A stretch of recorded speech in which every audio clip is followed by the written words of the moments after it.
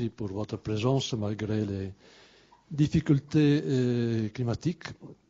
Et merci tout d'abord à nos invités, Didier Geil, William Lowenstein, pour cette séance de séminaire consacrée à la question de parler des drogues sous un jour favorable, ce qui est interdit. Les textes des lois précisent: lorsque le délit prévu par le présent article constitue une provocation directe et est commis dans des établissements d'enseignement ou d'éducation ou dans les locaux de l'administration, ainsi que lors des entrées ou sorties des élèves ou du public ou des entrées voisins de ceux-ci aux abords de ces établissements ou locaux, les peines sont portées à 7 ans d'emprisonnement et à 100 000 € d'amende. Lorsque le délit prévu par le présent article est commis par voie de la presse écrite ou audiovisuelle, les dispositions particulières des lois qui régissent ces matières sont applicables en ce qui concerne la détermination des personnes responsables. C'est mon cas. C'est le cas de nous qui organisons ce séminaire depuis 3 ans et qui essayons de présenter les drogues, c'est-à-dire les psychotropes, sous tous leurs aspects. Pour ce que ça peut poser des problèmes et pour ce que ça peut poser comme solution à des problèmes. C'est la grosse question. Et donc, on fait ça dans un amphithéâtre universitaire. Toutes les séances sont enregistrées en audiovisuel et mises en ligne sur le site de Canal U et ensuite YouTube à disposition de tout le monde. Et si quelqu'un est mal intentionné de chercher matière à porter plainte pour, en raison de cet article de loi, eh bien que cette malveillance soit confrontée à ce que s'y dit véritablement ici. Merci. Merci Alessandro. Bienvenue. Merci de venir assister à cette 4e séance de l'année. Je crois que c'est la 4e. Mais merci aux invités, William Lowenstein et Didier Geil. Je suis entouré par deux grands addictologues, donc je suis un peu intimidé. Il devait y avoir aussi mon professeur d'addictologie.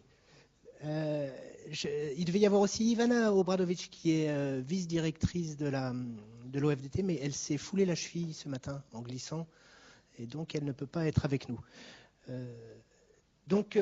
Très brièvement, William Lowenstein est addictologue et président de l'association SOS Addiction, et Didier Geil est professeur d'addictologie au CNAM et ancien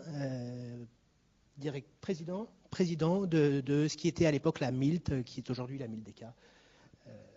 Et ils ont bien voulu venir discuter avec nous de la question de la présentation des drogues sous un jour favorable. Je vais leur passer le relais assez rapidement, d'abord parce que je ne suis pas très frais, et puis aussi parce qu'ils ont sans doute la grippe rôde, ensuite parce qu'ils ont sans doute des perspectives plus intéressantes que les miennes à développer. Alors pourquoi plus intéressantes que les miennes? Parce que moi je suis juriste et donc je suis un rat de bibliothèque. Je vais vous parler de ce qu'il y a dans le code. C'est toujours sympa, mais pas trop longtemps. Je vais essayer de pas abuser de ma position de maître de cérémonie.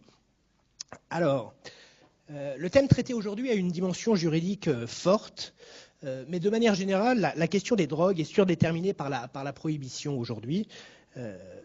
Tant les pratiques d'usage de drogues illicites que la réaction sociale que génère cet usage, la réaction sociale et institutionnelle, sont pensées et organisées à l'aune d'un interdit légal qui pèse lourdement. Et quand je parle de cette réaction institutionnelle, je parle aussi bien de la réaction institutionnelle pénale que de la réaction sanitaire et également de la réaction politique. Alors, l'interdit juridique pèse de tout son poids sur les pratiques d'usage et la réaction sociale. Et cet interdit juridique, il est si puissant il est si puissant qu'il s'immisce dans l'ordre du discours. Il s'immisce dans l'ordre du discours et il faut le souligner parce que c'est assez rare dans les régimes démocratiques occidentaux où normalement la parole est libre et cette liberté de parole est, il faut le dire, plutôt bien protégée. On peut blasphémer, on peut proférer des idées stupides, on peut élaborer des théories fausses. Tout cela a le droit de citer, et heureusement bien sûr. Et vraiment les exceptions sont rares, et quand il y en a, ces exceptions, elles sont souvent contestées. Alors il y a les lois mémorielles, par exemple, qui répriment le révisionnisme. Et à part ce type d'exception, vraiment, il y a aussi des exceptions quand il s'agit de porter atteinte à une personne, la diffamation, ou à un groupe de personnes, l'incitation à la haine. Mais ça reste tout cela très, très limité, et ce sont des exceptions à un principe de liberté d'expression qui prévaut.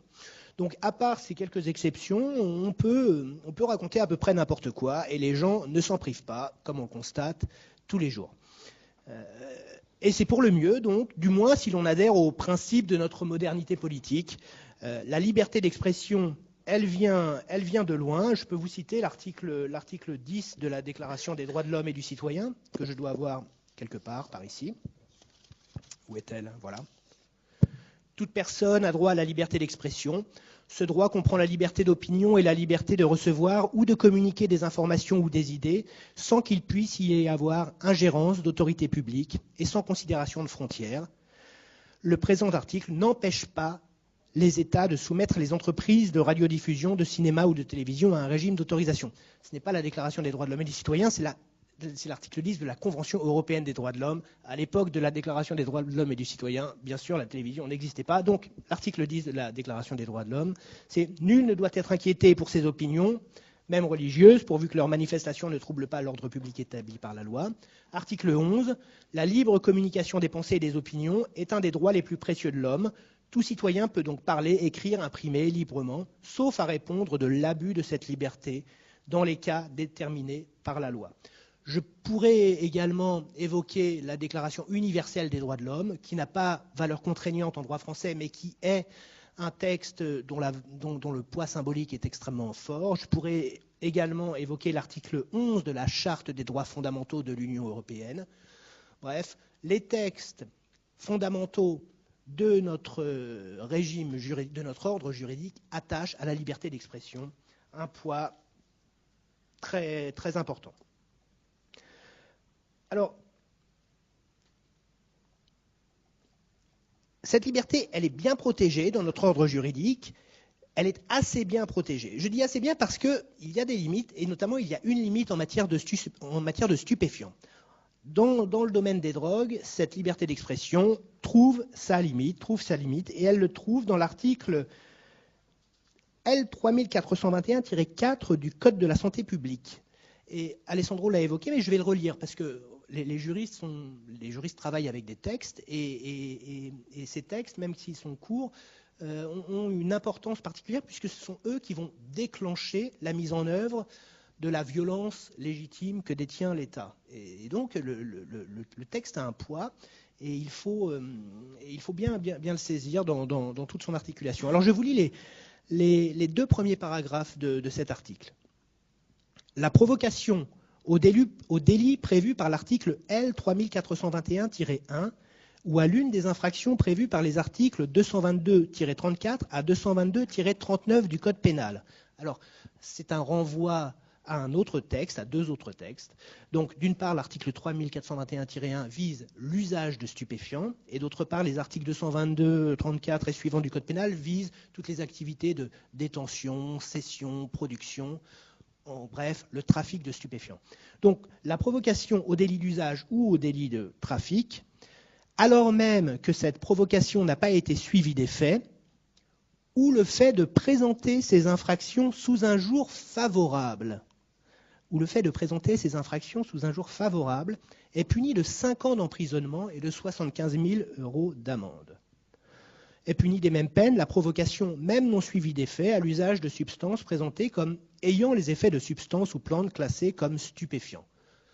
Donc même si on parle des effets d'une plante ou d'un produit qui n'a aucun effet stupéfiant, en le parent de ces effets, eh bien, on est coupable du délit, l'infraction est constituée.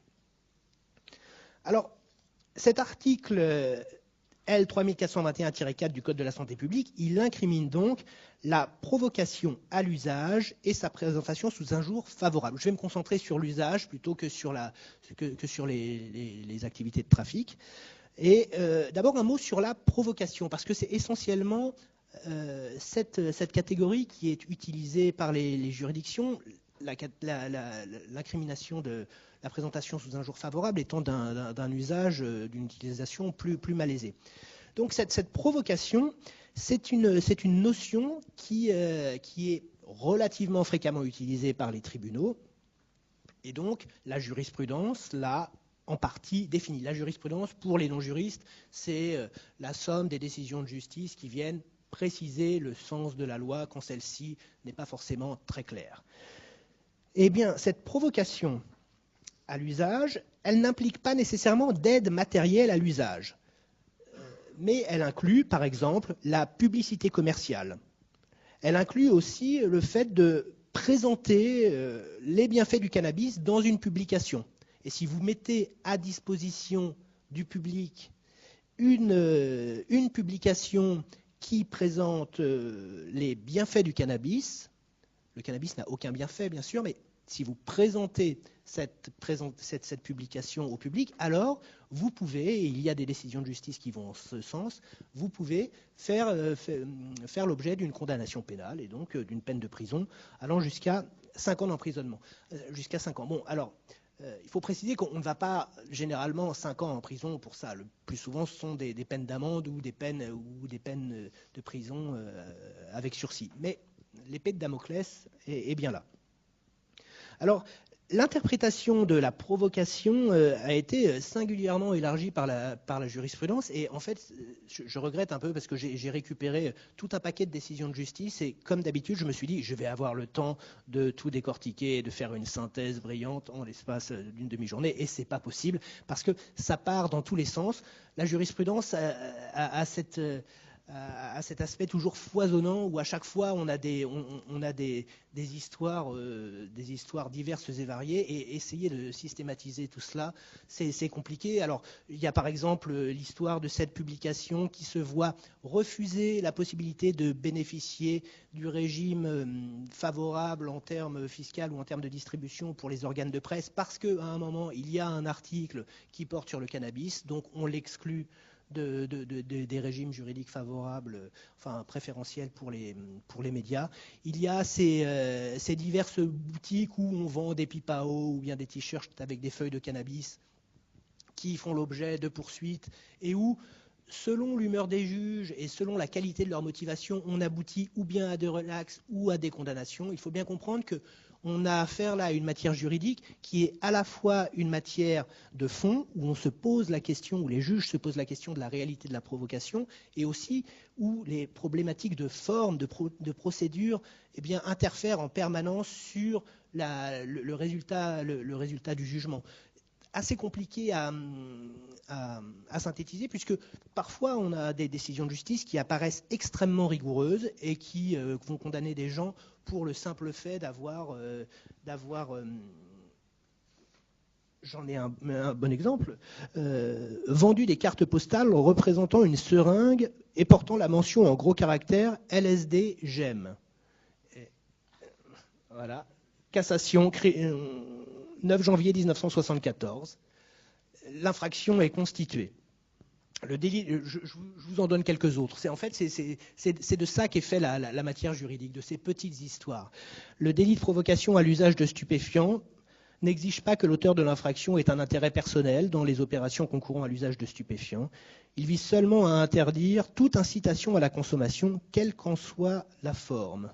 En revanche, lors d'une université d'été des Verts, une procédure avait été engagée contre un stand qui vendait des bouteilles de bière au chanvre et des ouvrages portant sur le cannabis. Et là, la Cour de cassation relaxe, ne justifie pas sa décision, l'arrêt qui, pour renvoyer le prévenu des fins de la poursuite du chef de provocation à l'usage de stupéfiants, retient que des ouvrages favorables à la décriminalisation de l'usage de cannabis ont été exposés dans le cadre de l'université d'été d'un parti politique, voué par essence au débat d'idées sur l'organisation de la société, ce qui n'exclut pas le recours tolérable, dans ce cas, à une certaine dose d'exagération des expressions employées sans rechercher, si ces ouvrages incitent à la consommation de stupéfiants. Donc on peut encore, apparemment, dans les universités d'été des partis politiques de gouvernement, vendre des livres qui évoquent la possibilité d'une dépénalisation, voire d'une légalisation.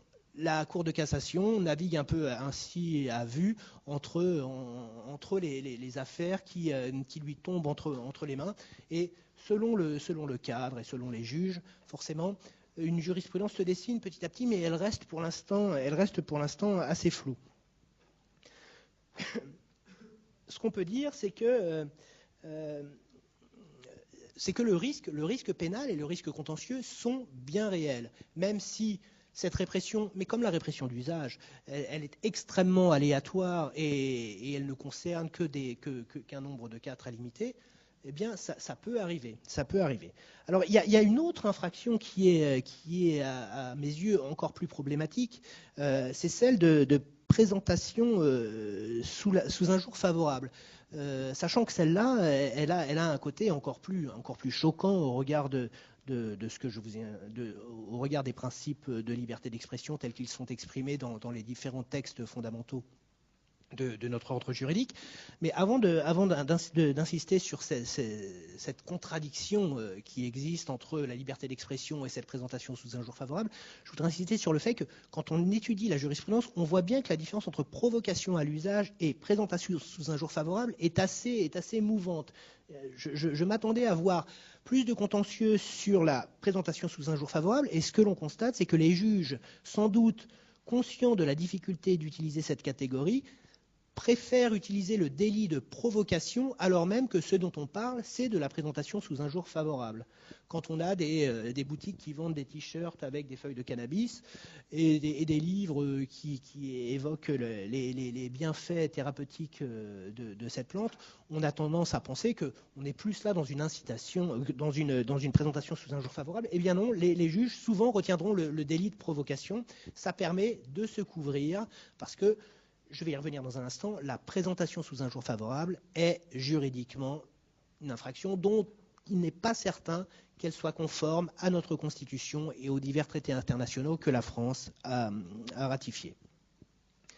Mais si on prend cette incrimination au sérieux, et il faut la prendre au sérieux, eh bien, il y a pas mal de choses à dire. Alors pourquoi est-ce qu'on prendrait cette interprétation au sérieux ? Eh bien, en droit pénal, il y a un principe d'interprétation stricte que l'on rattache également au principe de l'égalité des délits et des peines, qui veut qu'on ne peut être condamné que pour une infraction précisément définie par la loi qui est votée par le législateur. Normalement, ce principe, eh bien, il a vocation à limiter les risques de répression arbitraire. Sauf qu'en creux, ce principe qui restreint les risques de répression arbitraire, il dessine aussi une obligation qui est une obligation de sanction et de répression des actes quand ils tombent effectivement sous le coup de la loi. Et on a une disposition, un texte, qui n'est pas difficile de comprendre. La présentation sous un jour favorable de l'usage de stupéfiants, eh bien, c'est passible de 5 ans de prison. Mais une présentation favorable, eh bien, c'est simplement le fait de dire que l'usage d'une drogue est plaisant, provoque des sensations agréables. Alors bien sûr, elle peut provoquer des sensations désagréables, elle peut avoir des conséquences extrêmement nuisibles, mais c'est difficile de ne pas reconnaître que peut-être les gens qui consomment des drogues, y trouvent leur compte et y trouvent une certaine satisfaction. Or, il semble bien que dire cela soit passible de 5 ans de prison, si on interprète strictement la loi pénale, ce que l'on est censé faire. De même, dire que l'usage de cannabis présente des vertus thérapeutiques selon le corps médical et qu'il est utilisé comme un médicament dans bon nombre de pays, eh bien, c'est le présenter sous un jour favorable. Et il n'y a pas de contentieux sur le sujet, mais imaginons qu'un juge un peu simplet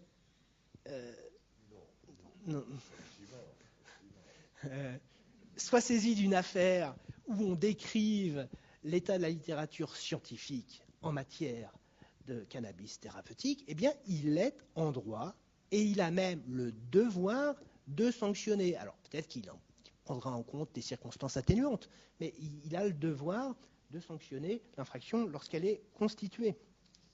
Alors, peu de jurisprudence, peu de contentieux, mais il y en a un petit peu. Alors, je ne vais pas m'attarder sur toutes ces petites histoires qui sont à chaque fois saisissantes. En revanche, je voudrais pointer du doigt une difficulté particulière posée par cette incrimination et cet article. C'est une problématique propre à la réduction des risques. Le Conseil national du sida rendait un rapport le 21 juin 2001 où déjà on pointait du doigt les dangers pour la réduction des risques induits par cette disposition.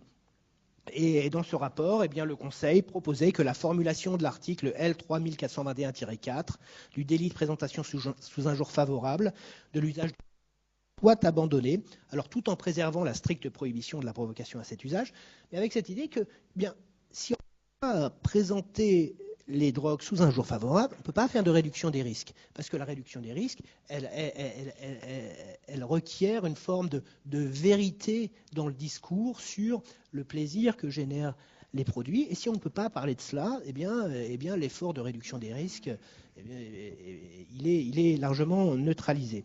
Alors, cette problématique, elle a ressurgi encore récemment avec l'institution des salles de consommation à moindre risque.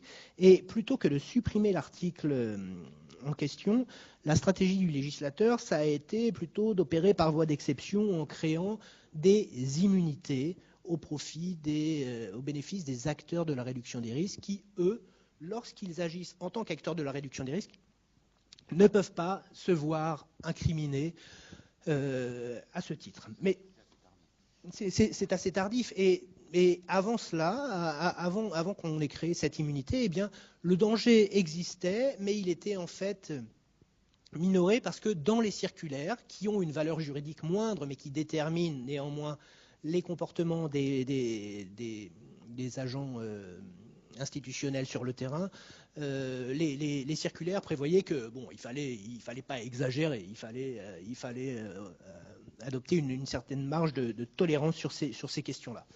Donc je vous livre ces commentaires de manière un peu générale. Alors, en guise de conclusion, la question qui peut se poser, c'est dans le cadre d'une stratégie de transformation du droit de la drogue, quelles sont les ripostes possibles par rapport à cette disposition qui est quand même éminemment contestable, puisque je vous le rappelle, en droit, qu'est-ce que le droit ? C'est un ensemble de normes, c'est une hiérarchie de règles dont chacune tire sa validité d'une norme supérieure. Donc cet article 3421-4, il est légitime, et il est plutôt légal parce qu'il a été voté par un législateur qui tire son pouvoir de légiférer de la Constitution. Et ce pouvoir, il n'est pas totalement libre, il est contraint par des normes supérieures, notamment la Constitution, la Déclaration des droits de l'homme et du citoyen, et puis la Convention européenne des droits de l'homme. Donc on peut tout à fait envisager au regard... Alors, dans quel ordre ? Eh bien, en fait, ça dépend d'où on parle. Si on parle de la Cour de justice de l'Union européenne, c'est le droit européen qui prime. Si on parle du Conseil constitutionnel, alors non, c'est la Constitution. Tout cela repose sur un non-dit. Et selon que l'on est juriste souverainiste ou juriste fédéraliste, eh bien, on envisagera la hiérarchie des normes de manière variable.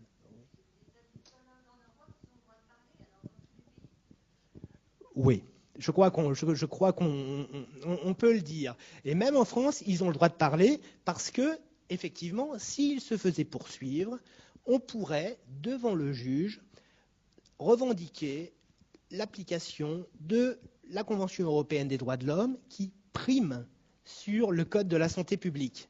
Le juge, confronté à un conflit de normes, va théoriquement appliquer celle qui est la plus élevée dans la hiérarchie. Et comme c'est l'article 10 de la Convention européenne des droits de l'homme qui prime sur le Code de la santé publique, effectivement, les addictologues peuvent parler. Mais je pense personnellement, en tant que membre de la doctrine, comme on dit, que tous les usagers de stupéfiants ont le droit de dire qu'ils prennent du plaisir à prendre des drogues.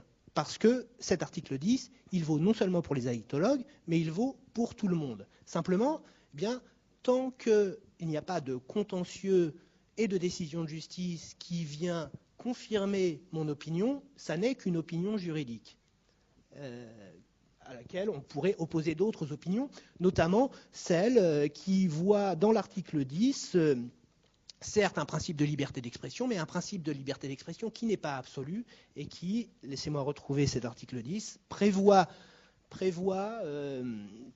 une exception. L'article 10 de la Convention européenne des droits de l'homme, dans son deuxième alinéa, prévoit que l'exercice de ces libertés comporte des devoirs et des responsabilités et peut être soumis à certaines formalités, conditions, restrictions ou sanctions prévues par la loi, qui constituent des mesures nécessaires dans une société démocratique à la sécurité nationale, à l'intégrité territoriale ou à la sûreté publique, à la défense de l'ordre et à la prévention du crime, à la protection de la santé ou de la morale. Il me semble, pour ma part, que dans la pondération des intérêts qui devra être prise en compte par le juge, qu'en matière de stupes, la liberté d'expression devrait prévaloir. Mais ça se discute. Ça se discute et donc ça dépend finalement des interprètes officiels du droit qui, pour l'instant, ne se sont pas prononcés. Pour savoir ce qu'il en est réellement, il faudrait que le contentieux naisse et qu'on aille devant la Cour de Strasbourg pour que celle-ci se prononce, et c'est elle qui aura le dernier mot. On n'en est pas là, pour l'instant on ne sait pas. Alors ça c'est pour le recours à l'article 10 de la Convention européenne des droits de l'homme. On pourrait aussi envisager de poser une question prioritaire de constitutionnalité. Alors qu'est-ce que c'est ? Je profite en fait de cette opportunité pour faire un petit cours de droit. La hiérarchie des normes, elle s'impose, mais pas forcément de la même manière avec tous les textes. C'est-à-dire que le juge a le droit de faire primer la Convention européenne des droits de l'homme sur le Code de la santé publique. Par contre, il n'a pas le droit de faire primer directement la Constitution sur le Code de la santé publique. Parce qu'on a une tradition légicentrique où on estime que le législateur ne peut pas mal faire. Et donc, le juge ne peut pas censurer la loi sur le fondement de la Constitution. Seul le Conseil constitutionnel peut le faire. Ce que peut faire le juge pénal, c'est s'il estime et je vous livre l'article 61-1 de la Constitution, s'il estime qu'à l'occasion d'une instance en cours devant une juridiction, une disposition législative porte atteinte aux droits et libertés que la Constitution garantit, notamment la liberté d'expression qui est garantie par la Déclaration des droits de l'homme et du citoyen qui fait partie de la Constitution, le Conseil constitutionnel peut être saisi de cette question sur renvoi du Conseil d'État ou de la Cour de cassation, qui se prononce dans un délai déterminé. Alors, il y a eu des questions prioritaires de constitutionnalité qui ont été posées par des justiciables, mais à chaque fois, la Cour de cassation a résisté à l'idée de saisir le Conseil constitutionnel. Et je vous donne un bon exemple de cette résistance qui montre comment les juges n'ont pas envie de se poser cette question. On a cette décision de la Cour de cassation du 29 mars 2011 dans laquelle M. Stephen X affirme que l'article L3421-4 viole les articles 11 et 8 de la Déclaration des droits de l'homme de 1789 et porte une atteinte non nécessaire et disproportionnée à la liberté d'expression et de communication garantie dans une société démocratique. Il demande que la question soit posée au Conseil constitutionnel et la Cour de cassation répond la disposition contestée, elle n'est pas applicable à la procédure et elle ne constitue pas les fondements de la poursuite, laquelle vise la provocation à l'usage et au trafic de substances et non pas le fait de présenter l'usage ou le trafic sous un jour favorable. Donc vous voyez, c'est ce type de petite tour de passe-passe rhétorique qui évite finalement de poser la question. Il faut un peu de bonne volonté du côté de la magistrature, puisque je vois un regard interrogateur. La question qui est posée est sur l'usage, la présentation sous un jour favorable, et les juges disent « Ah bah, ça ne nous concerne pas, nous on vous poursuit pour provocation à l'usage ». Donc, on ne parle pas de la même chose, donc on va pas faire la demande. Donc là encore, eh bien, on attend toujours la question prioritaire de constitutionnalité qui permettra au Conseil constitutionnel eh bien, de constater que cet article L 3421-4 est contraire à la Constitution et n'a pas vocation à s'appliquer. Voilà, je m'en tiens là. Un peu de droit, c'est bien, mais trop, c'est trop. Et je passe immédiatement la parole à...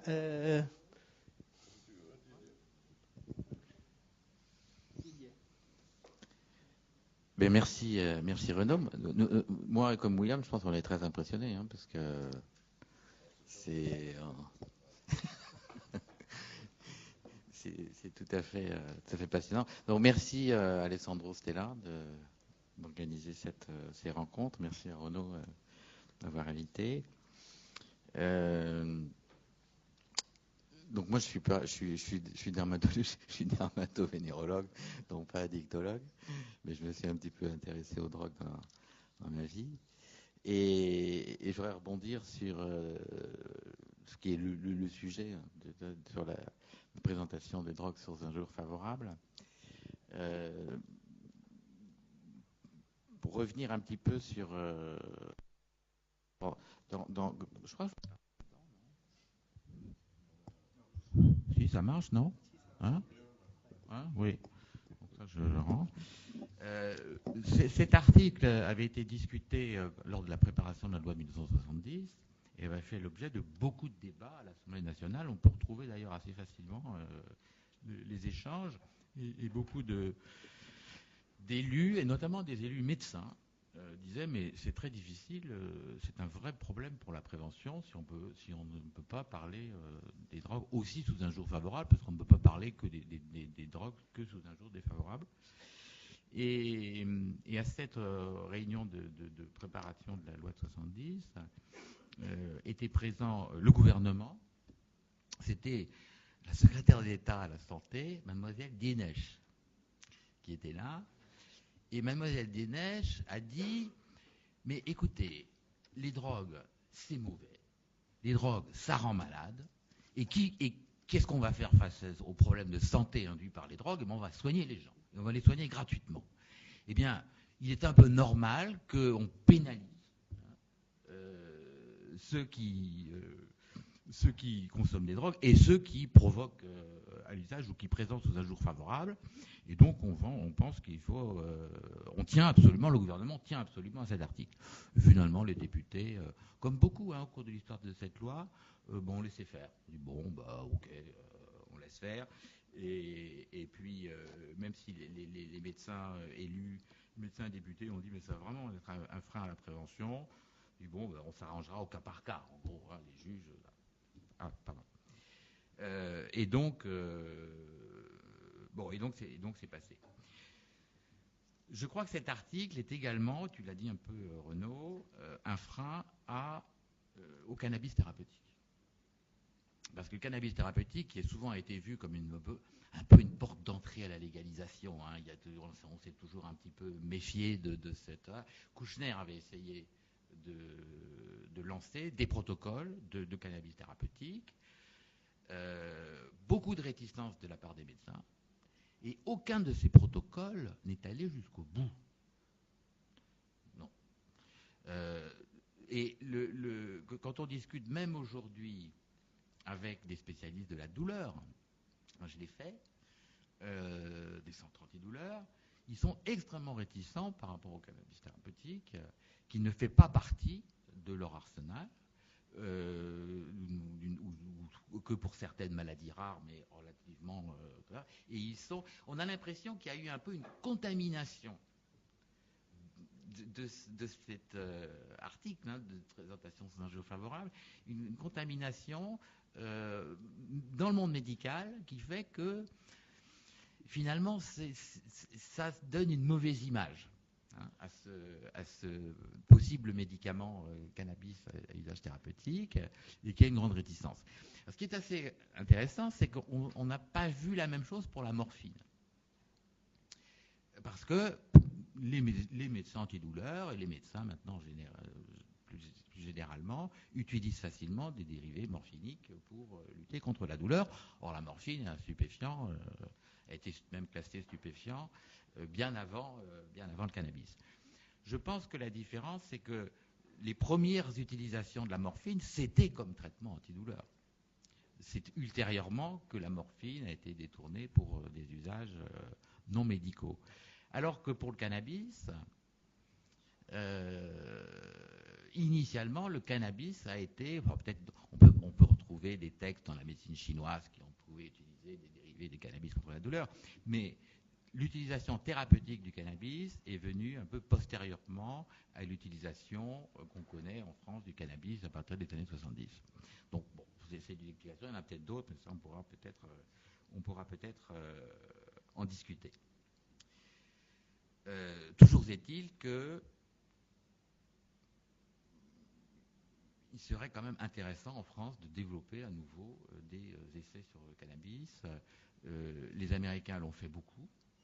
Et d'ailleurs, je pense que les progrès législatifs faits dans les États américains doivent beaucoup au fait que l'utilisation thérapeutique du cannabis a été très largement employée, même, je dirais, au-delà, dans certains États, notamment en Californie, au-delà des indications primitives de cette médication.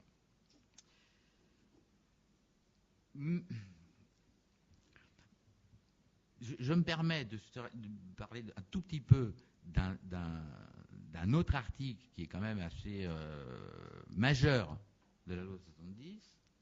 Renaud, tu n'en as pas parlé parce que ce n'était pas le sujet. C'est que la loi 70 a introduit le délit pour usage personnel. Ce qui est quand même assez incroyable. Et cet article a été également beaucoup discuté à l'Assemblée nationale par les élus, et beaucoup d'élus de droite comme de gauche ont dit mais cet article il est vraiment criminogène. Et c'est encore Mademoiselle Dienesch qui a utilisé les mêmes arguments pour justifier la nécessité de conserver cet article. Les lois antérieures, après les premières conventions internationales, donc la loi de 1916 ou la loi de 1953, ne prévoyaient pas de délit pour l'usage personnel, mais uniquement un délit pour l'usage en société. C'est des usages en public, de la société, ce qui en 1916 avait contraint les fumeries d'opium de fermer, principalement. Mais on ne pouvait pas être poursuivi pour un usage personnel. Cet article est liberticide. Renaud, tu nous diras si c'est compatible avec la Déclaration des droits de l'homme européen et avec la Constitution. Mais ce que je trouve curieux, c'est pour ça que je voulais juste en dire un mot, c'est que cet article n'est jamais remis en question. Aujourd'hui, on ne parle pas de revenir en arrière et de tolérer la consommation et l'usage personnel, enfin d'essayer de démonter un petit peu cet article qui a fait quand même beaucoup de bruit. Il y a d'ailleurs un livre qui a été écrit là-dessus de, j'arrive jamais à dire son nom, merci, Bernard de Célis, qui est tout à fait intéressant et qui montre bien que la loi de 70 là fait un pas assez terrible dans le liberticide et que c'est certainement l'article le plus important de la loi de 70. Merci Renaud de nous avoir dit que les addictologues pouvaient parler, ça me rassure, Robin, vous savez, sans pouvoir être inquiété. Moi je trouve que les addictologues ils parlent quand même assez peu, à part William. Assez peu critiquent assez peu la loi de 70, signent des déclarations, ils écrivent. Donc, une majorité des addictologues sont opposés à la criminalisation de l'usage de drogue, mais peu, je trouve, prennent de position publique pour la distribution contrôlée ou pour changer la loi 70. Et c'est un des problèmes, un des freins auxquels on reparlera, je pense, après. Bien, pour revenir au cannabis,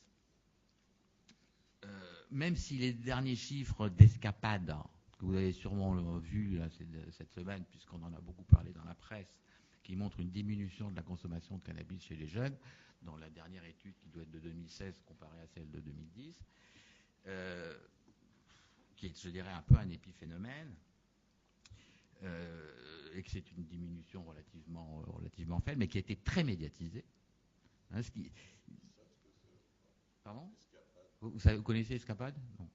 Et Escapade, c'est une étude qui est pilotée par l'Observatoire français des drogues et des toxicomanies, l'OFDT, et qui consiste à faire des autoquestionnaires lors de la journée d'appel à la défense.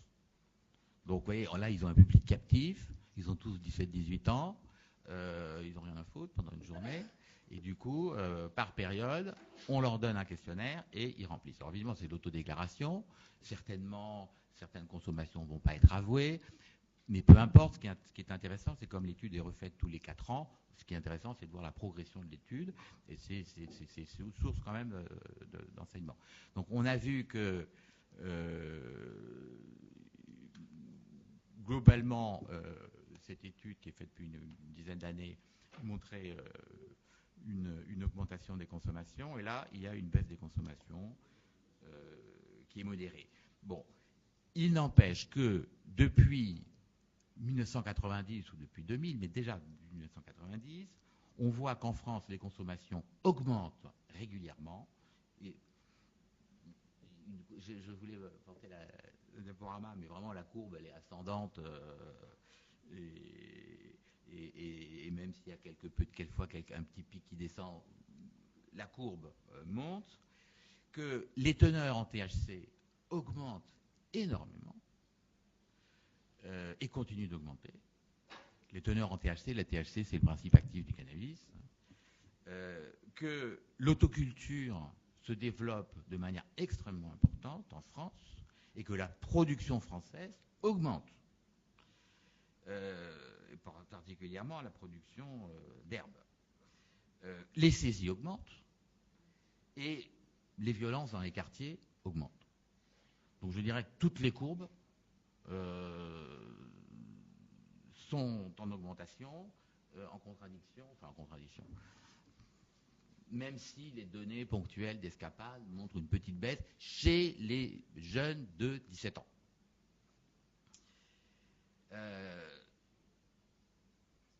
Bref, on peut dire que le système de prohibition pour le cannabis est un échec majeur.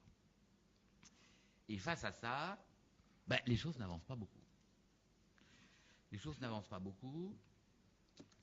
On parle, avec le nouveau gouvernement, de contraventionnalisation. Alors la contraventionnalisation, moi, quand j'ai été président de la MILT, j'avais lancé l'idée d'une contraventionnalisation, ce qui me paraissait en 2003 un progrès acceptable par rapport au gouvernement qu'il y avait à l'époque. Et j'ai lancé cette idée dans le monde. Le ministre de la Santé de l'époque, qui était Jean-François Mattei, a soutenu. Mais ce qui le gênait, c'est que moi je voulais une amende forfaitaire de bas niveau qui arrêtait tout processus ultérieur. Et c'est vrai que Jean-François Mattei aimait quand même pouvoir apprécier les récidives éventuelles. Du coup, j'ai fait des recherches, j'étais voir la CNIL notamment, pour savoir si on pouvait faire un fichier des personnes qui avaient eu cette contravention, et la CNIL a été très claire, c'est juste impossible. C'est anticonstitutionnel, il est hors de question de faire un fichier, ça, c'est pas possible. Bon, j'ai dit ça à mon ministre, moi j'étais assez content, mais et du coup on s'orientait vers une amende de bas niveau, enfin dans l'idée. Et puis ce qui a donné quand même le coup de fouet au projet, parce que quand vous êtes président de la MILT, vous savez, vous n'avez pas de pouvoir. Vous avez juste un pouvoir de parler aux décideurs, d'orienter, de proposer, d'être un petit peu l'animateur. Mais enfin, vous ne pouvez décider de rien. Et il y a quelqu'un qui a été totalement convaincu par le projet, ça m'a un peu inquiété d'ailleurs à l'époque, c'était le ministre de l'Intérieur, Nicolas Sarkozy. Et Nicolas Sarkozy a repris l'idée est venu le présenter d'ailleurs au Sénat dans une commission qui était une commission sur le cannabis, qui a édité un rapport qui s'appelait Le cannabis, l'autre cancer. Hein? Pardon? Drogue, l'autre cancer, tu as raison. Drogue, l'autre cancer, qui était animé par une sénatrice et par un sénateur, Bernard Placet. Et dans ces commissions, il y avait des auditions qui se situaient dans une salle beaucoup plus petite que celle-là, au sous-sol du Sénat. C'était vraiment très confidentiel, mais quand même, ça faisait un petit siège de cinéma comme ça, mais vous voyez, il n'y avait que 4 rangées de sièges. Et généralement, le personne auditionnée était seul ou à deux, voilà, on présentait, et puis on répondait aux questions. Et moi, j'avais défendu mes positions et la contre-conventionnalisation, et puis bon. Et un jour, et alors le ministre de la Santé, pareil, il est venu avec sa directeur de com, et puis il a parlé du cannabis.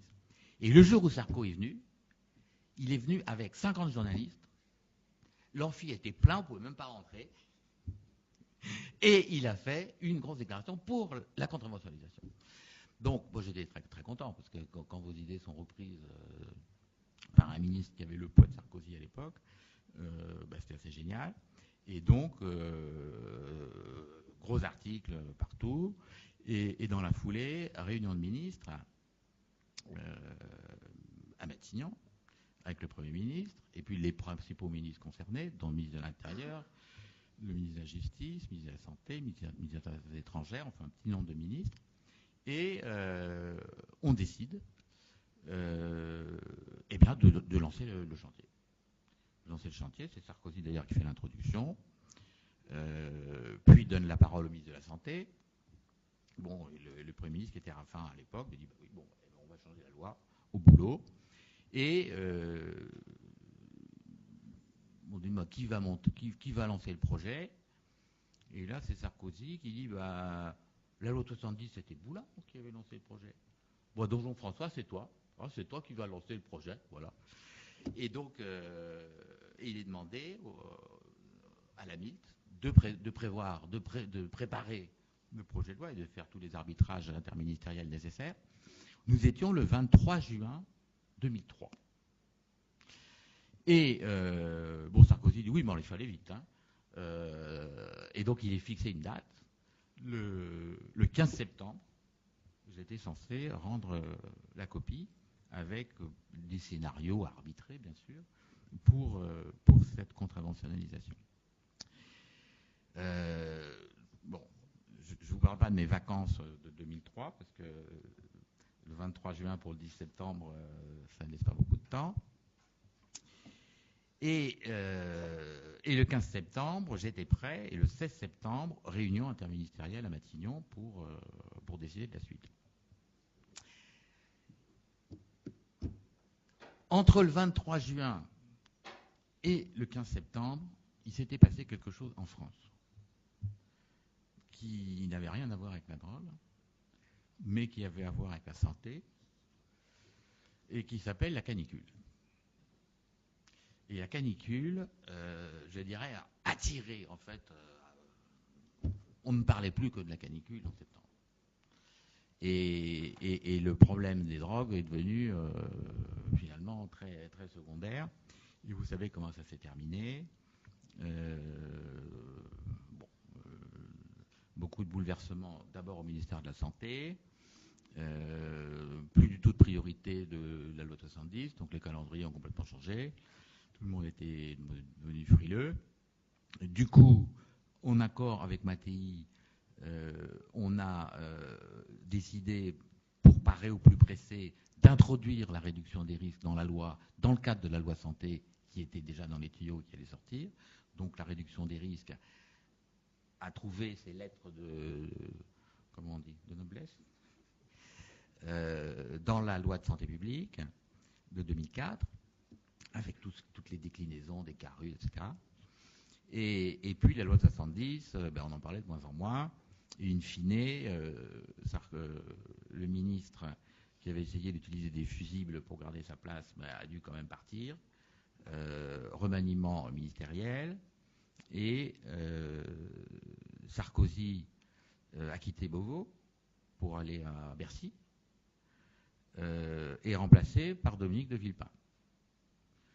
Jean-François Mattei est remplacé par Philippe Douste-Blazy. Et le temps passe. Moi, j'étais très mal parce que la validation du plan de la mine n'était pas faite tant qu'il n'y avait pas cette nouvelle réunion. Les mois traînaient, c'était épouvantable. Je faillis partir. Et puis, d'ailleurs, j'ai fait un peu un ultimatum. Du coup, on crée une nouvelle réunion de ministres. Et j'avais vu les ministres entre-temps. Et j'étais assez inquiet du dénouement parce que Villepin arrivant à Beauvau, bon, en gros, il voulait faire le contraire de ce qu'avait fait Sarkozy. Comme Sarkozy avait soutenu la conventionnalisation, Villepin dit oh, bon, elle n'est pas si mal cette loi, le 70, bon, bref, aujourd'hui il défend la conventionnalisation Villepin, mais à l'époque, en gros, c'était faire un peu le contraire. Enfin, j'ai eu le sentiment qu'il voulait faire un peu le contraire, enfin, ne pas soutenir les projets soutenus par Sarkozy. Comme le truc avait été vraiment associé à Sarkozy, il ne l'a pas défendu. Douste-Blazy n'avait pas le poids de Mattei, ni la taille d'ailleurs. Face aux deux géants qui étaient le ministre de l'Intérieur et le ministre de la Justice. Et finalement, Raffarin a décidé qu'on ne changerait rien du tout et qu'on garderait cette loi. Et le projet a été enterré. Je vous raconte ça, bon, parce que c'est une anecdote peu historique et personnelle.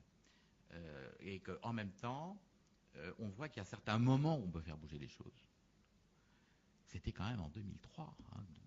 Oui, en 2003. Et que depuis, donc il y a 15 ans, et qu'il y avait une fenêtre de tir, il y avait quasiment tous les arbitrages étaient quasiment faits pour ça, et puis finalement ça n'a rien donné à cause d'un élément qui n'a rien à voir avec les drogues, mais tout est une vraie question. Alors, si je parle de ça, c'est pas juste pour parler de l'histoire, mais qu'aujourd'hui on reparle encore de contravention. Alors, ce qui est assez intéressant, c'est que là, c'est que c'est le ministre de l'Intérieur qui a tiré, mais qui a tiré tout seul. Et qui a avancé l'idée d'une contraventionnalisation qui est différente d'ailleurs de la contraventionnalisation qu'on imaginait à l'époque. Puisqu'il s'agit là d'une contravention, c'est un nouveau truc. Renaud, tu vas sûrement nous en parler, parce que je crois que ça date de 2016, d'une contravention délictuelle.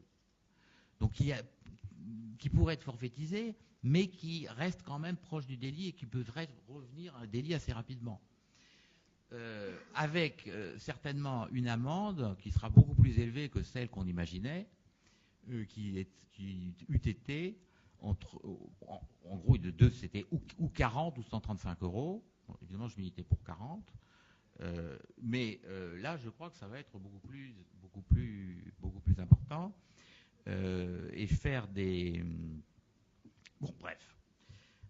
Moi, ce qui me frappe, c'est que depuis d'ailleurs les années 70, depuis la loi 70, il y a toujours une confrontation entre le ministère de la Santé et le ministère de la Justice, ou l'Intérieur et la Santé, et qu'aujourd'hui, le ministère de la Santé est totalement absent du débat, on ne l'entend pas.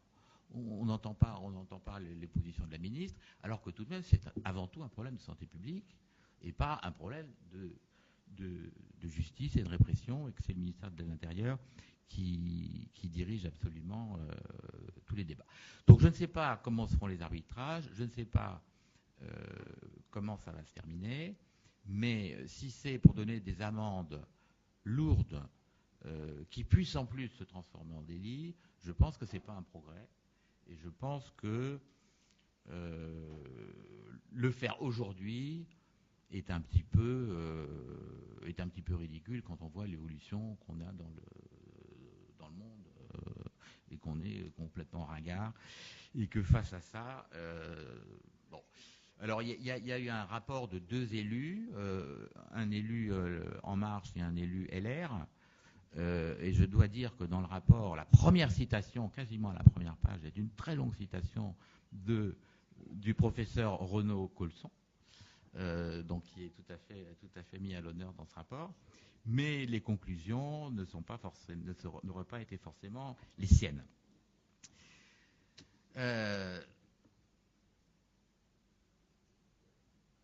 Ce que je voudrais... J'ai encore de temps ? 5 Ce qui est frappant, c'est qu'il y a quand même une espèce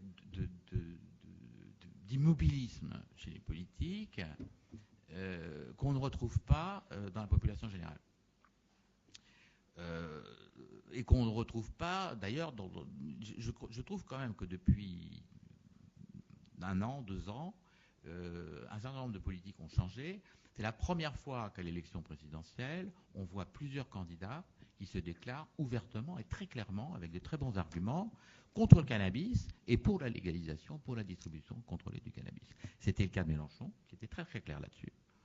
Et c'était le cas de Benoît Hamon également, qui a eu une position très, très claire. Bon, là, et Macron lui-même, dans une interview à France Inter, a dit que la légalisation avait certainement un gros avantage pour lutter contre les trafics et pourrait être efficace, et que pour lui, c'était un chantier à ouvrir, qu'il n'était pas clair sur le sujet, mais qu'il allait l'ouvrir dans les semaines à venir. Bon, c'était juste avant les élections. Depuis, il ne s'est absolument rien passé, et je dirais qu'on est uniquement vers la direction donnée par le ministre de l'Intérieur, qui est ce projet de conventionnalisation, et qu'on ne parle plus du tout. Donc on a l'impression que là aussi, il y a eu peut-être une fenêtre, mais que la fenêtre s'est absolument refermée. J'ai oublié un truc, mais ça fait rien, je le dirai dans la discussion. On avait organisé une journée au Sénat sur la légalisation du cannabis en octobre dernier, où Renaud était présent, et William aussi. Et on avait fait avant faire une étude par Ipsos sur l'état d'opinion des Français. Et les résultats étaient que je ne vais pas vous donner tous les résultats, mais il y a eu peu de questions, parce qu'on n'avait pas un gros budget, donc il y avait peu de questions. Ce qui était quand même frappant, c'est qu'il y avait 84% des Français qui pensaient que le système actuel était mauvais, aussi bien vis-à-vis des consommations que pour la lutte contre le trafic, et qu'il fallait le changer. Donc il y a une majorité de Français qui pensent ça, 84%. Quand on posait la question, est-ce que vous pensez que l'État peut organiser le contrôle des drogues, et que s'il le fait, ce sera mieux pour lutter contre le trafic et pour les consommations, un peu plus de 50%, donc une petite majorité, 52-53%, étaient favorables à la distribution par l'État du cannabis. Ce qui est quand même, dans les années, en 2002, c'était 25%. Hein. Donc, une progression très nette. Le même chiffre à peu près, un petit peu plus de 50%, pour ceux qui pensaient qu'on doit autoriser les majeurs à consommer librement du cannabis, sous réserve qu'il n'y ait pas de situation de conduite ou de conduite de véhicule, et que plus de la moitié étaient favorables. Alors ce n'est que 50%, hein, 52%. Avec une grande différence. Ce qui est aussi intéressant dans l'étude, c'est d'abord qu'il y avait une assez grande homogénéité ville-campagne. Hein, dans tous les départements, on avait les mêmes chiffres. Hein, et on avait également les mêmes chiffres dans toutes les classes sociales. Donc ça c'était pas banal. Le seul point où il y avait une divergence, c'était au niveau des âges, avec une grosse différence. Alors nous, on s'attendait à avoir une différence entre les moins de 35 ans et les plus de 35 ans. C'est-à-dire, en gros, les gens qui fument, principalement avant 35 ans, et puis ceux qui ne fument pas. Eh bien non. Le point de fracture, c'est 60 ans. Il y a beaucoup moins d'opinions favorables après 60 ans qu'avant 60 ans, mais il n'y a pas de différence entre les 18-35 ans et les 35-60. C'est vraiment intéressant. Ce qui veut dire que des gens entre 35 et 60 qui, en général, ne fument plus, ne consomment plus, ils en ont pour certains consommé quand ils étaient plus jeunes, eh bien, pensent qu'il faut autoriser librement les consommations. Donc ils ont les mêmes opinions, même s'ils ne consomment plus, que ceux qui consomment actuellement. Ce qui est tout de même, c'était ce qu'avait montré principalement cette étude. quand on voit maintenant, enfin, ce que je pense, c'est que pour que vraiment les choses changent, il ne faut pas que ce soit 50, il faut que ce soit 70%. Parce qu'à 50, les politiques, ils ne bougeront pas. Et donc, l'objet, je crois, de nos réflexions, et moi je comptais aussi au séminaire pour vous entendre vous, c'est comment trouver les bons arguments pour passer de 50 à 70. Parce que 70, là, les politiques, ils vont prendre l'initiative. Et il y a peu de pays dans le monde, il y a peu d'États dans le monde qui ont bougé. Et ils ont bougé pas toujours de la même façon. J'en dis deux mots parce qu'Ivana n'est pas là et qu'elle l'aurait sûrement développé parce qu'elle a beaucoup étudié ça, en faisant une comparaison, vous savez, de l'Uruguay, de l'État du Colorado et de Washington, dans l'étude Canalex, copilotée par l'OEDT. On voit qu'il y a eu des stratégies différentes. En Uruguay, c'est l'État qui a décidé de réguler les choses, de changer les choses. Donc c'est venu du sommet vers le bas. À l'inverse, aux États-Unis, dans l'État de Washington et du Colorado, c'est venu d'initiatives populaires avec des votations et qui ont décidé de légaliser dans certains États le cannabis, même si au niveau fédéral, ça reste interdit. Alors c'est intéressant de voir voilà, qu'est-ce qui a poussé les choses. Si on prend l'Uruguay, déjà, il y a eu une dépénalisation de la consommation du cannabis depuis 1974. Donc la consommation de cannabis n'était pas du tout considérée ni comme un délit et que c'était quelque chose qui était tout à fait toléré. Il y avait déjà des cannabis clubs qui ne portaient pas ce nom-là mais qui existaient et il y avait voilà, une tradition et le principal objectif du gouvernement uruguayen c'était d'essayer de casser les trafics. Bon, cela dit, ils ne sont pas arrivés encore. Hein. Le bilan n'est pas encore tout à fait satisfaisant de ce côté-là. Et dans les États américains, il y a eu énormément de lobbies, il y a eu énormément d'initiatives concrètes, par exemple, dans l'État de Washington, il y a une énorme fête hein, qu'on pourrait. En France, on a aujourd'hui sur le sida, Solidaise, hein, mais une espèce d'énorme fête, mais il y a jusqu'à 300 000 personnes qui venaient dans la Hempfest à Washington. Et qui a eu certainement beaucoup d'impact. Et puis il y a eu des lobbies extrêmement organisés qui ont permis de créer vraiment des groupes, des think tanks complètement concentrés sur le sujet pour faire avancer les choses, aller dans toutes les réunions et participer au débat public sur ces sujets. Alors, comme je dois conclure, je dirais que en France, on manque terriblement d'initiatives de la base, que même ça existait à un moment quand il y avait le mouvement le 18 juin, hein, de la pile du 18 juin, c'était en 1976. Quand ils ont voulu le refaire en 2006, il y a eu très peu des signataires d'origine qui ont voulu signer le même appel en 2006 et très peu de mobilisation et des manifestations quand même extrêmement pauvres. Je trouve qu'il y a quelques petites associations qui essayent de défendre la distribution contrôlée du cannabis, mais elles restent très isolées, très morcelées, très éclatées et pas suffisamment organisées. Et je pense qu'il y a sûrement quelque chose à faire à ce niveau-là. Il y a très peu de leaders d'opinion qui sont prêts à s'engager dans le combat et prêts à militer ouvertement pour soutenir. On voit peu de parents aussi râler contre quand ils ont un enfant qui s'est fait interpeller, il y a quand même 170 000 interpellations par an, interpeller, amener au poste, fouiller au corps. On ne les entend pas se plaindre, mais peut-être qu'ils seraient prêts à se plaindre, peut-être qu'il faudrait aller les chercher. Enfin, je crois que j'essaye de lancer des pistes. Il y a peu de riverains aussi qui sont gênés par les lieux de trafic et qui sont des zones où on ferme sa gueule parce que sinon on va être maltraité, qui sont prêts à se mobiliser ouvertement et à dire ça suffit, on en a marre de ce trafic, c'est intolérable. Les associations de riverains qu'on voit, c'est plutôt, si je pense à la salle de consommation à moindre risque, c'est plutôt des associations prohibitionnistes qui sont opposées à la réduction des risques. Mais on voit peu d'associations de quartiers qui sont favorables à une évolution du système et de la légalisation. Alors, on ne voit pas non plus des politiques qui ont soutenu les candidats Mélenchon et Hamon et qui sont aujourd'hui maires, qui sont présidents d'un conseil général ou d'un conseil régional, dire il faut faire quelque chose et on va prendre des initiatives.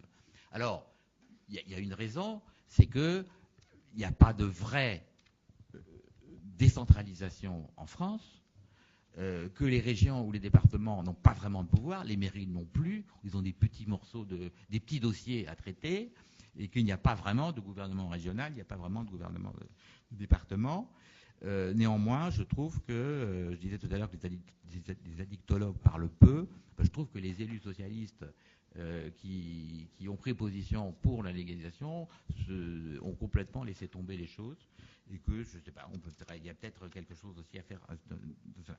Alors c'est vrai qu'il y a une grosse différence si on compare deux pays qui se ressemblent beaucoup, qui sont les États-Unis et la Suisse, qui sont évidemment des États qui n'ont pas la même dimension, mais qui ont beaucoup de points communs par une véritable décentralisation, par des gouvernements locaux, les cantons en Suisse, les États américains, qui peuvent prendre des décisions qui touchent à la vie quotidienne de leurs citoyens, et qui peuvent le faire même si ils s'opposent à des lois fédérales. La France n'est pas comme ça. La France n'est pas décentralisation. Cette décentralisation n'existe pas réellement, sauf sur des sujets comme les transports, les bâtiments des lycées ou des collèges. Pas l'enseignement. L'enseignement, c'est l'État. Donc c'est l'État, on est toujours dans un État jacobin, on est dans un État centralisateur, c'est l'État qui décide, et finalement, c'est un système qui a des avantages, parce qu'une fois que l'État décide quelque chose, ça va être vite généralisé partout, mais en revanche, pour que le système bouge, comme ça se passe forcément au niveau de l'État tout entier, eh bien, c'est beaucoup plus difficile que quand on peut faire des expérimentations localisées à certaines régions géographiques. Et dernier mot, je dis, parce que je ne l'ai pas dit tout à l'heure, et je reviens au premier sujet, qui est... oui, 0 minute. Alors, en 0 minutes, je voulais juste raconter une toute petite histoire sur le fameux article de présentation sous un jour favorable. J'ai eu une expérience, j'étais président de la MILT, et un ami de Vincent Bassot, qui est présent, qui représente Technoplus. Technoplus a été attaqué parce qu'il diffusait des brochures qui avaient été trouvées d'ailleurs dans un véhicule un peu abandonné. Les gendarmes l'avaient trouvé, c'était remonté au niveau du ministère de l'Intérieur. Il y avait là quelqu'un, un commissaire qui voulait la peau de Technoplus, qui est tombé sur ces brochures, et ces brochures de réduction des risques pouvaient effectivement, par certaines maladresses, facilement, pour un juge, constituer une infraction d'incitation à la consommation et de présentation sous un jour favorable. Et donc, il y a une action de justice qui a été lancée, et Priest, puisque c'est lui qui était responsable de Technoplus à l'époque, a été interpellé, une action de justice, et là, il a eu très peur parce qu'effectivement, il risquait une peine de prison. Et moi, j'étais depuis peu président de la MILT, j'avais vu ces brochures, bon, donc certainement, j'avais un petit peu, j'avais pu critiquer certaines brochures, mais globalement, c'est un esprit de réduction des risques, et j'ai été appelé à témoin pour Priest, et j'ai témoigné pour expliquer que ces brochures avaient sauvé des vies. Et du coup, le tribunal a acquitté, il y a eu un non-lieu. Je ne me suis pas fait que des amis au ministère de la Justice, mais je pense qu'il fallait le faire pour défendre la réduction des risques. Voilà, je vous remercie. Merci. Merci Didier. Je te passe la parole, William. Voilà, sachant que la question qui a été abordée là, c'était celle de la difficulté de parler des drogues tout court au niveau du gouvernement et dans une France centralisée. Maintenant, moi, je m'interroge sur la possibilité de parler des drogues sous un jour favorable dans le monde de la dictologie et parmi les médecins, parce qu'il y a le discours politique, puis après il y a le discours des médecins. À 19h. Après, on se garde tout le truc pour après. 2 minutes.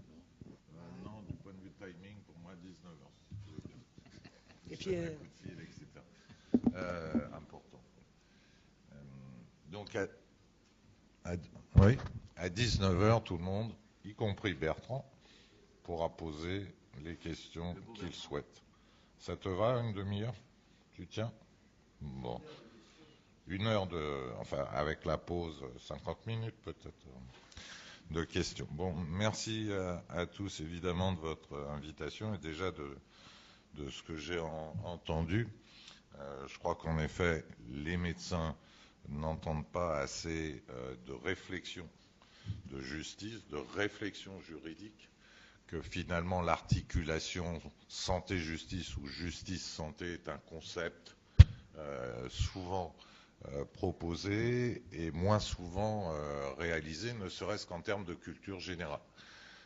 Car quand j'entends par exemple Renaud ô combien tranquillement glisser le concept de la violence légitime que détient l'État, j'imagine que cette phrase-là, évidemment, ne le heurte à aucun moment, mais c'est vrai que j'entends quelque chose que je n'avais jamais imaginé à travers les lois dites de cette façon-là. Et je pourrais reprendre 10 expressions plus riches les unes que les autres qui ont ouvert une centaine de questions. Alors, je voudrais préciser 2 choses avant de faire, si vous le voulez bien, un peu de clinique sur le cannabis, mais de la clinique au sens clinico-clinique. La première chose, dans nos difficultés, dans d'autres difficultés de parole, il faut rappeler que les neurosciences existent finalement depuis peu, et ce dont on va parler repose essentiellement sur des connaissances qui, lorsqu'elles sont établies, permettent de faire adhésion et donc de constituer un socle pour avancer. Ce qui frappe sur le sujet des substances psychoactives, c'est très souvent, et notamment sur le cannabis, des conversations qui oscillent entre tout et leur contraire, des fake news ou des affirmations non vérifiables, non vérifiées, parce que n'oublions pas que, encore une fois, les neurosciences sont une science récente avec la découverte des récepteurs, par exemple au cannabis, qui n'a qu'une 50aine d'années, et chaque décennie de nouvelles informations qui, si j'ose dire, ridiculisent la décennie précédente. Donc à la fois ça va très vite et c'est très récent, et dans cette, je dirais, dans ce côté récent des choses, on peut y inscrire l'addictologie.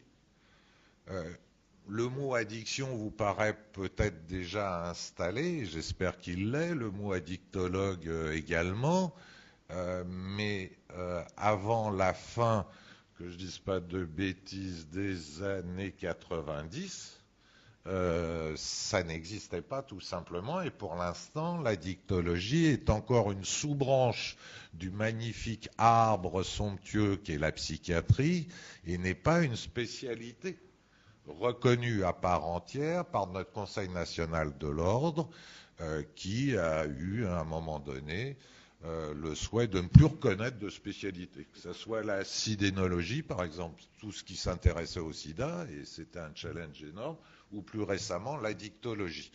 Donc il existe aussi bien la phlébologie pour l'étude des veines qu'un certain nombre de spécialités qui ont été reconnues jadis et qui ne seraient peut-être plus maintenant.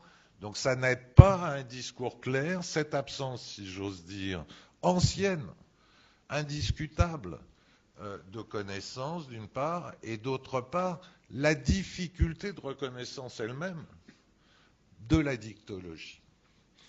Alors, si j'ai aussi mal tourné pour finir addictologue, c'est que le sida était passé par là. Je suis médecin interniste de formation, alors ça commençait bien, parce que médecin interniste, personne ne sait ce que c'est en général, mais depuis Dr House, on peut frimer un peu. C'est de la médecine interne, en fait c'est de la médecine générale à l'hôpital, exactement comme Dr House, mais avec moins de biopsies cérébrales à chaque patient. Donc, les vrais spécialistes disent les internistes, c'est ceux qui connaissent tout sur rien. Et nous, on dit que les autres spécialistes, évidemment, connaissent rien sur tout et l'inverse, etc.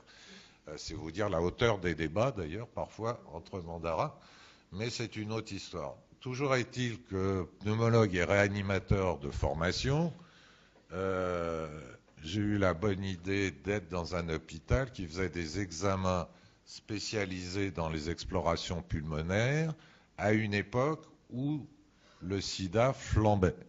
Et les infections opportunistes pulmonaires étaient un des signes les plus fréquents de cette infection rétrovirale. Et c'est ainsi que j'ai découvert, si j'ose dire, l'intersection sida-toxicomanie. En pratique, qu'est-ce que ça voulait dire ? Ça voulait dire que le sida affectait des personnes par voie sexuelle, et notamment des personnes, des hommes, comme on dit, ayant des relations sexuelles avec les hommes, qui rapportaient le virus de pays étrangers, dont les États-Unis, souvent de New York, de la Californie, San Francisco. Il y avait les contaminations par voie sanguine, et ça a été le scandale du sang contaminé, vous vous souvenez, avec des enfants et des ados et des adultes hémophiles qui ont été contaminés. Et puis il y avait les usagers de drogue par voie veineuse qui échangeaient leurs seringues pour se contaminer volontairement, bien sûr. Non, parce qu'ils n'étaient pas informés, et surtout parce que, évolution de l'histoire, les premiers experts de l'époque, c'est-à-dire 1970-1972, avaient pensé, législation oblige, qu'en interdisant le libre accès aux seringues, ils réduiraient les overdoses. Donc une mesure qui avait été pensée protectrice, qui ne l'avait pas du tout été pour les overdoses, se révéla absolument catastrophique, puisque d'une part, les usagers de drogue par voie veineuse se partageaient leurs seringues, et donc partageaient en même temps les virus contenus dans chaque seringue et chaque aiguille, et d'autre part, ceux qui avaient interdit ça passaient un peu de leur temps à expliquer pourquoi les usagers de drogue partageaient leurs seringues. C'est-à-dire qu'il y avait un mètre cube de littérature avec des théories plus intelligentes et savantes les unes que les autres qui expliquaient le partage des seringues chez les usagers de drogue par voie veineuse. Mais dans ce mètre cube, pour me l'être cogné, si j'ose dire, l'avoir étudié, en 1985 avec notre ami de Christian Sœur, François Rodolphe Ingold, eh bien dans ce mètre cube de littérature, nulle part, je vous dis bien nulle part, il était écrit que si les usagers de drogue par voie veineuse partageaient leurs seringues, c'était parce qu'elles étaient difficiles à trouver. Et lorsque Madame Barzac, confortée, si j'ose dire, mais elle avait déjà pris sa décision, confortée politiquement, tu dirais, Didier, par les travaux de François-Rodolphe Ingold, c'est-à-dire est-ce qu'il y a un changement de comportement des usagers de drogue, puisque les experts de l'époque nous expliquaient que si les usagers de drogue partageaient leurs seringues, c'était par le jeu avec la mort et bien d'autres théories que je vous épargne aujourd'hui, que vous pourrez retrouver sans difficulté. Madame Barzac, contre l'avis des experts de l'époque, avait déjà pris sa décision en voyant que dans d'autres pays, les populations héroïnomanes par voie veineuse qui avaient accès à des seringues étaient beaucoup moins contaminées par le virus du sida que les populations françaises. Ça a été très difficile, d'ailleurs, de remettre en vente libre ce matériel d'injection avec des experts qui disaient « mais vous faites rien de ce qu'il faut, vous comprenez rien aux toxicomanes, vous êtes que des médecins hospitaliers ou des médecins non spécialistes, vous savez vraiment pas ce qu'est un toxicomane, il en a rien à faire de la prison, de la mort et de quoi d'autre encore je ne sais plus, toujours est-il que le sida, ça le fera marrer. » Au bout d'un an, 72% des usagers de drogue par voie veineuse ne partageaient plus leur seringue. C'est-à-dire qu'ils étaient allés quasiment 10 fois plus vite que les hétérosexuels vis-à-vis du préservatif et 3 fois plus vite que les homosexuels toujours vis-à-vis du préservatif. Ces mauvais malades, entre guillemets, qui n'écoutaient rien, avaient changé leur comportement mieux que toute autre population. Et c'est ce qu'on continua de voir, notamment au Conseil national du sida, lorsqu'on s'est aperçu que la population, entre guillemets, la plus protégée, la mieux protégée contre le VIH, contre le virus du sida, c'était en fait la population des usagers de drogue par voie veineuse. Le nombre de contaminations chaque année dans cette population était moindre que dans la population hétérosexuelle et moindre que dans la population des hommes ayant des relations sexuelles avec les hommes. Donc c'était un autre mythe qui tombait du style les héroïnomanes ou les toxicomanes, les addicts on dirait maintenant, sont des personnes qui n'écoutent rien et on ne peut rien faire pour elles. Changement de comportement en un an. J'avais publié, référence oblige, cité par Guermec dans Histoire du sida, la première lettre européenne sur l'intersection sida-héroïnomanie. Et je me souviens des commentaires faits sur cette lettre dans la presse médicale où on disait, mais de toute façon, encore une fois, ils ne craignent pas la mort et n'ont pas peur du LAV, c'était pas le HIV-Sida, du virus. Et deuxièmement, vous ne connaissez pas les toxicomanes, ils ne changeront pas. Donc, la plus dure des toxicomanies, je venais de la rencontrer, c'était celle des idées reçues. Et je dois dire que ça m'a marqué à tout jamais cette assurance avec laquelle, avec d'autres, je suis allé voir les spécialistes de l'époque, ceux qu'on appelait les papes de la toxicomanie, et de me rendre compte la force avec laquelle ils racontaient, mais des bêtises, et je suis poli, qui étaient des plus tueuses. Alors peut-être était-ce aussi parce qu'ils ne voyaient plus mourir leurs patients, qu'ils étaient dans une parole, dans des propos, et c'est pour ça qu'on va faire un peu de clinique sur le cannabis tout à l'heure. J'ai eu à m'occuper d'une salle Grisol, à l'hôpital Laennec, 11 lits dans lesquels 10 patients atteints du sida étaient en général hospitalisés. La 11e personne était là pour justifier en quelque sorte de l'étiquette médecine interne, et c'était celle avec qui je faisais la visite de mon chef de service, et après avoir vu cette grand-mère qui venait des urgences, je disais, je te fais confiance pour les 10 autres lits, je vois que tout marche bien. C'est un homme fin et intelligent et bon. Mais entre 84 et 90, les années les plus tueuses, je crois, de la diffusion du VIH, je n'ai dû voir que 3 ou 4 spécialistes dits des toxicomanies venir voir leurs patients, dont, on en parlait avec Christian Sueur, Jean-François Solal, Samuel Vereb, Christian Sueur ici présent et François-Rodolphe Ingold. Sont les 4 seuls grands, alors on aurait dit addictologues à l'époque, toxicomanologues ou psychiatres spécialisés, que j'ai vu venir voir leurs patients crever.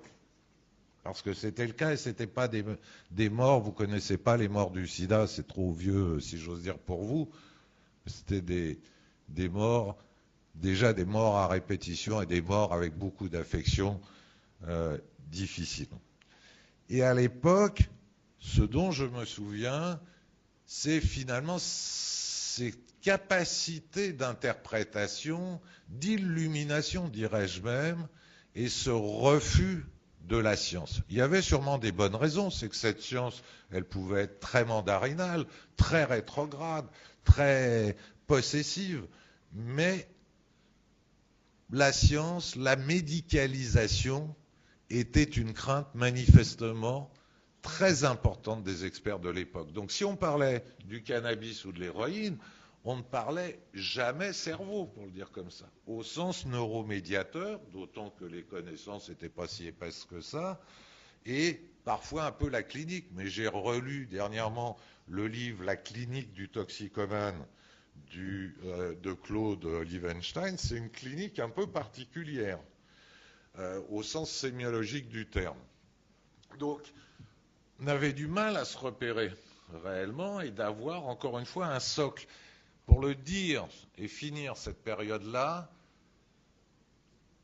je crois que peut-être dans d'autres domaines maintenant, mais en tout cas pour cette époque-là, c'est là où j'ai réalisé qu'un socle de croyance, de peur et de perversion pouvait servir d'annonce de vérité, parfois pseudo-scientifique. Je retrouve ça dans le cannabis.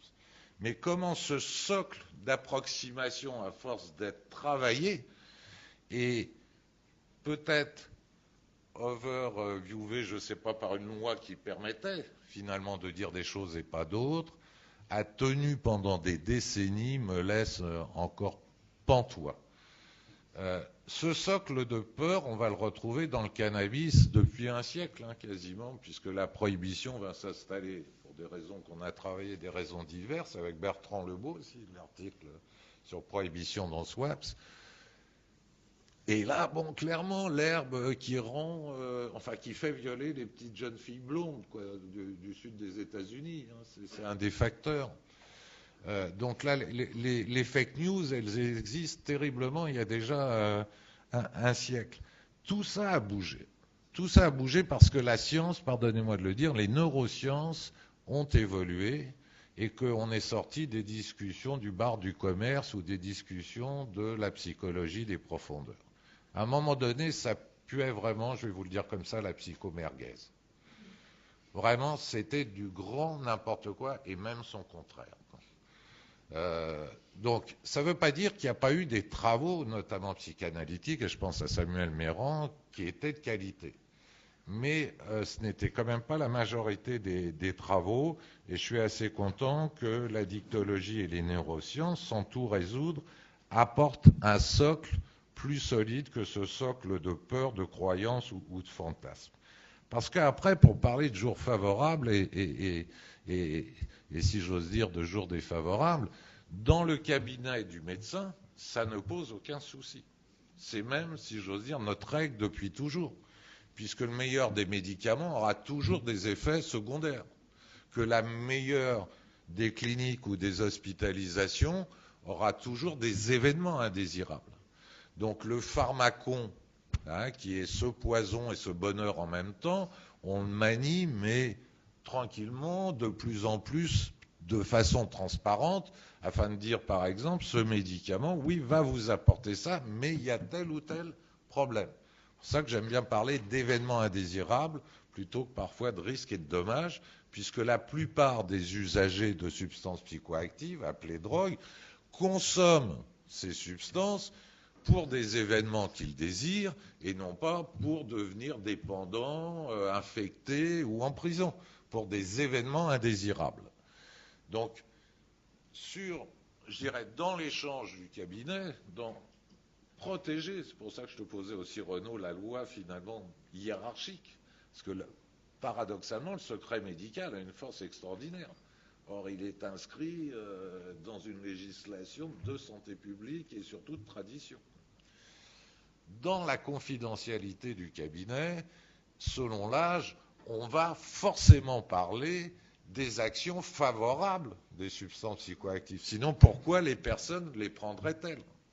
Il va nous falloir travailler, si j'ose dire, une ligne de lecture comme dans tous les domaines de la médecine. Souvenez-vous que je viens de la médecine interne, donc il y a un diagnostic d'inspection, il y a un diagnostic de palpation, on ausculte, on regarde les examens complémentaires, on essaye de dire voilà quelle est la situation.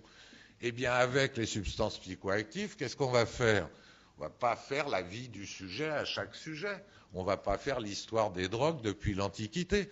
On va essayer d'avoir une méthode répétable, parce que c'est ça la médecine, et évaluable, pour que d'autres, éventuellement, si vous avez une bonne méthode dans une spécialité, puissent faire de même, et que ça serve, évidemment, à dire autre chose que des histoires singulières, même si toutes les histoires sont singulières. Qu'est-ce qu'on va faire à part dire bonjour correctement quand même? On va essayer de comprendre pourquoi quelqu'un s'est accroché à une substance et surtout quelles ont été les fonctions positives initiales. D'où le jour favorable. En étant précis, pas simplement en disant pourquoi vous avez aimé ça. Parce que ça, c'est une question qu'on peut poser pour le chocolat ou je sais pas, les biscuits Oreos qui ont leur potentiel addictogène. Donc c'est pas un bon exemple, quoi. Mais calme-toi, Fabrice, tout va bien. Calme-toi, mon bonhomme. Reste calme comme d'habitude. Donc la question la plus facile pour commencer à faire avancer en dehors du j'aime ou j'aime pas, quoi. La question la plus facile, quand vous voulez poser une question médicale en France à quelqu'un qui vient consulter, après la question sur le transit, c'est-à-dire est-ce que vous êtes constipé ou pas, les Français adorent en parler pendant des heures souvent, c'est la question sur le sommeil. Il n'y a aucun souci. Quelqu'un, même traîné par la main par ses parents, ce qui est souvent le cas d'adolescents et cannabis, quelqu'un un peu réticent à consulter un addictologue parce qu'il a peut-être un problème juridique et qu'il veut récupérer son permis, par exemple, si vous lui posez une question sur l'endormissement, sur la qualité de son sommeil, sur la nature de son réveil, il va vous répondre très facilement. Et outre le lien qui s'établit, vous aurez déjà des renseignements cliniques très précis sur des effets fréquemment positifs, initiaux positifs de telle ou telle substance. Que ça soit le cannabis, que ça soit l'alcool, que ça soit les opiacés, l'héroïne, des personnes pour s'endormir vont s'accrocher à ces substances. Parce qu'avant, c'était un vrai problème, l'endormissement. Et avec ces substances psychoactives, ça va être enfin la fin d'un problème de 10 ans, de 15 ans, de 20 ans, de 25 ans, etc. Et la réflexion vaut pour les somnifères, bien évidemment, avec des soucis aussi particuliers. Question sur le sommeil, parce que sommeil et drogue, évident, quoi. Deuxième question, pour ces fonctions positives initiales, concerne la relation à l'autre, ce qu'on appelle l'altérité. Vous savez tous à quel point les substances modifient notre relation à l'autre. Suffit de voir, dans notre beau pays de Rabelais, la tête des personnes, je dirais, quand elles arrivent à un dîner en ville, par exemple, et puis ce qui se passe 3 heures après cette arrivée, lorsque tout le monde a eu l'apéritif, a descendu du vin pendant le dîner, les 3 personnes qui se saluaient avec réserve à l'entrée du dîner se tapent sur le dos en se racontant des histoires grivoises comme si elles se connaissaient depuis 20 ans, avec cette désinhibition et cette façon de manger de l'autre caractéristique de l'alcool, si ce n'est cette mégalomanie induite, c'est-à-dire qu'en plus, en racontant des bêtises, la personne alcoolisée se pense très intelligente et très drôle. Cet changement de la relation à l'autre, qui peut aller jusqu'à développer dans certaines conditions des attitudes violentes, hein. Quand je dis bouffer de l'autre, ça correspond aussi bien à l'alcool qu'à la cocaïne, par exemple, pour son intérêt, c'est la deuxième caractéristique. Et là, on va voir des grands timides qui vont vous raconter pourquoi ils consomment telle ou telle substance. Parce que ça a modifié ça. Donc, est-ce que là, on est sous un jour favorable quand quelqu'un dit j'osais même pas adresser la parole à mon partenaire ou ma partenaire, et puis ouais, que ça soit avec le cannabis, que ça soit avec l'alcool, que ça soit avec la coke, c'est vraiment plus facile pour moi. Et vous pensez bien, du point de vue sexualité, moi qui étais éjaculateur précoce au bout de 3 secondes sur mes godasses, maintenant avec les opiacés, je suis le meilleur coup à l'ouest du Pécos. Est-ce que ça, c'est de la présentation bon, cabinet médical, quoi.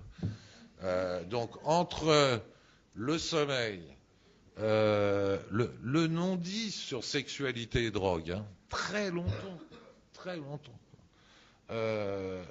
On peut passer à ce moment-là à l'humeur, parce qu'on a aussi nos humeurs. Et les substances dites psychoactives, évidemment qu'elles vont modifier nos humeurs. Et il n'y a qu'à voir là aussi l'exemple le plus franchouillard connu, on est tristounet, on n'a pas envie, l'ambiance n'est pas bonne, le lendemain est triste. Quelques unités d'alcool plus tard, l'ambiance est bonne, on est optimiste et on sera maître du monde et de la galaxie si on a pris de la coke en même temps que l'alcool. On a totalement modifié nos humeurs. Haute fonction positive initiale qui va pouvoir bouleverser, si j'ose dire, quelqu'un. Et pour finir, bien évidemment, qu'est-ce qu'une substance psychoactive va apporter? Mais un vrai changement, pardon pour ce scoop, un vrai changement de la pensée. On ne pense pas de la même façon avec une substance psychoactive que sans substance psychoactive. Et parfois, c'est même de façon plus botanique qu'on ne le croit. Quelqu'un qui est hyperactif cérébral, quelqu'un qui n'arrête pas de cogiter, qui a 300 km/h dans ses pensées, et c'est fatigant d'être marathonien au sprint, quand il va rencontrer soit le cannabis, soit paradoxalement la cocaïne, parce que ça va faire comme une amphétamine Ritaline sur les hyperactifs cérébraux, ou rencontrer les opiacés, où là, tout de suite, comme dirait Bertrand, on sait s'il va s'accrocher ou pas, hein, parce que, ouf, ça se pose. La pensée se pose. Ça peut être la même chose d'ailleurs avec l'alcool, mais c'est plus un neuroexcitant chez ces hyperactifs cérébraux-là. Et le cannabis, extraordinaire sur les modifications de pensée. Tous les mômes vont vous dire, surtout à un âge où ils étaient encore dans le mimétisme parental, ils sentaient bien qu'il fallait s'en dégager pour exister. Extraordinaire. Alors ils ne vont pas le dire comme ça. Comment l'articulation de ma pensée s'est modifiée. Mais on va dire, je ne pense pas du tout la même chose. Ça m'a vachement éclairé. Et puis maintenant, je regarde toute la culture cannabis, c'est génial, etc. Donc, vous voyez qu'on n'est pas dans c'est bien, c'est mal. On est dans la recherche de précision clinique. Parce que si on ne comprend pas pourquoi les personnes, non seulement lors d'une rencontre, ce qui est un peu forcé dans un monde comme le nôtre, un monde sans drogue, ça n'existe pas. Donc un cerveau humain va forcément rencontrer une drogue qui peut lui convenir ou pas. Et des années ou précocement, mais des années plus tard ou précocement, on va rencontrer cette personne-là. Et si cette personne-là n'est pas capable elle-même d'identifier pourquoi elle a apprécié, en dehors de dire c'est bon, il y a du plaisir, je vous dis comme un chocolat chaud, elle va se retrouver en boucle. À part lutter pour ou contre le plaisir, voilà, elle va se retrouver en boucle. Le combat est sublime, mais ça ne va pas l'aider. Donc il faut qu'on gagne en précision, et c'est là où, si vous me permettez, on aurait pu parler de sexualité, mais aussi d'appétit, hein, dans les modifications des substances psychoactives, qui sont des fondamentaux de l'évolution humaine, modifiés par les substances. Et c'est là où la loi devrait permettre une information plus large, celle que l'on donne finalement en cabinet médical. C'est-à-dire que ces échanges-là qui parlent à nos patients directement, on ne peut pas les faire à grande échelle. Si on commence à expliquer le peu que je viens de vous dire en public, là je pense qu'on tombe sous le coup de la loi. Alors qu'évidemment, en tête-à-tête dans le cabinet médical, ce n'est que ce début d'alliance, de partage des savoirs qui va permettre aux personnes soit de se rassurer par rapport à leur usage ou leur abus, soit de comprendre leur dépendance, mais dans tous les cas, de réduire ce que je nomme et continuerai de nommer les événements indésirables. 19h, la pause.